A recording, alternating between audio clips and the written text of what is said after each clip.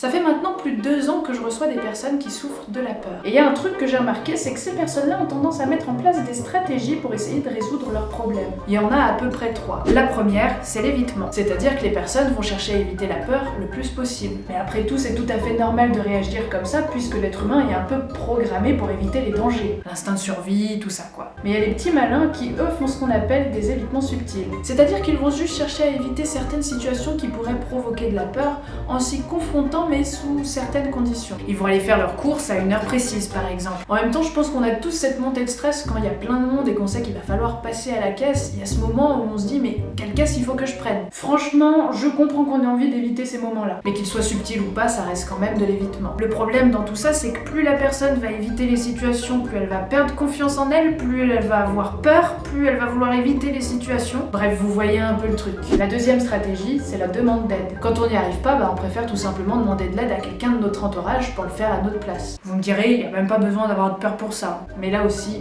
il y a encore un cercle vicieux qui s'installe. Le fait d'avoir besoin de quelqu'un à ses côtés prêt à intervenir va confirmer à la personne son incapacité à gérer la situation. Comme si c'était pas suffisant, ça rajoute un peu de culpabilité par-dessus le marché pour être bien sûr qu'on se sente vraiment mal. Et enfin, la troisième stratégie, c'est celle de vouloir tout contrôler. Le besoin de contrôle est tellement présent chez ces personnes-là qu'elles vont même essayer de contrôler leurs réactions physiques. Paradoxalement, plus la personne va essayer de contrôler ses réactions, plus elle lui échappe. Du genre, plus elle essaye de se calmer et plus la peur augmente. Au final, ce sont toutes ces tentatives de résolution du problème qui viennent l'empirer au lieu de le résoudre. Mais le plus fou dans tout ça, c'est que bien souvent les personnes ont conscience que ces stratégies ne sont pas les bonnes, mais elles continuent quand même. Et je veux dire, si je fonce toujours dans le même mur, c'est normal que je me prenne toujours le même mur.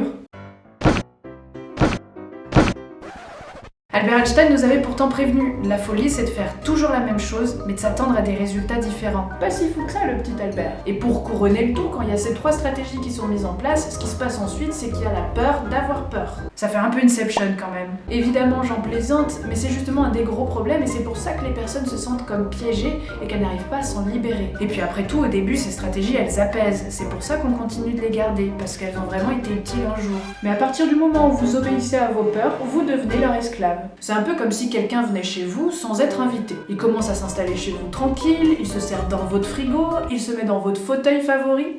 Il vous suit partout et il va même commencer à vous donner des ordres. Je suis quasiment sûre que cette personne va jamais vouloir partir de chez vous. Et c'est pareil avec vos peurs, si vous leur obéissez, elles n'ont absolument aucune raison de partir. Ce qu'il est important de savoir, c'est qu'à partir du moment où une personne arrête d'éviter les situations qui lui font peur et qu'elle arrête de demander de l'aide, très rapidement on observe une diminution de la peur et surtout, elle regagne en confiance en elle. Et maintenant vous vous dites peut-être, mais comment on fait alors pour se libérer d'une peur? On peut pas. Mais non, je plaisante. J'ai fait une série de 3 vidéos gratuites sur à peu près 1 heure de contenu pour vous aider à vous libérer de vos peurs. Le lien est juste en dessous dans la description, il suffit de rentrer votre adresse email pour tout recevoir. Un des meilleurs livres pour moi sur le sujet qui a même inspiré cette vidéo, c'est le livre de Giorgio Nardone, Dépasser les limites de la peur. Là aussi, je vous mets le lien juste en dessous dans la description. Alors ne laissez plus la peur vous dominer, mettez un pouce bleu et puis abonnez-vous à la chaîne.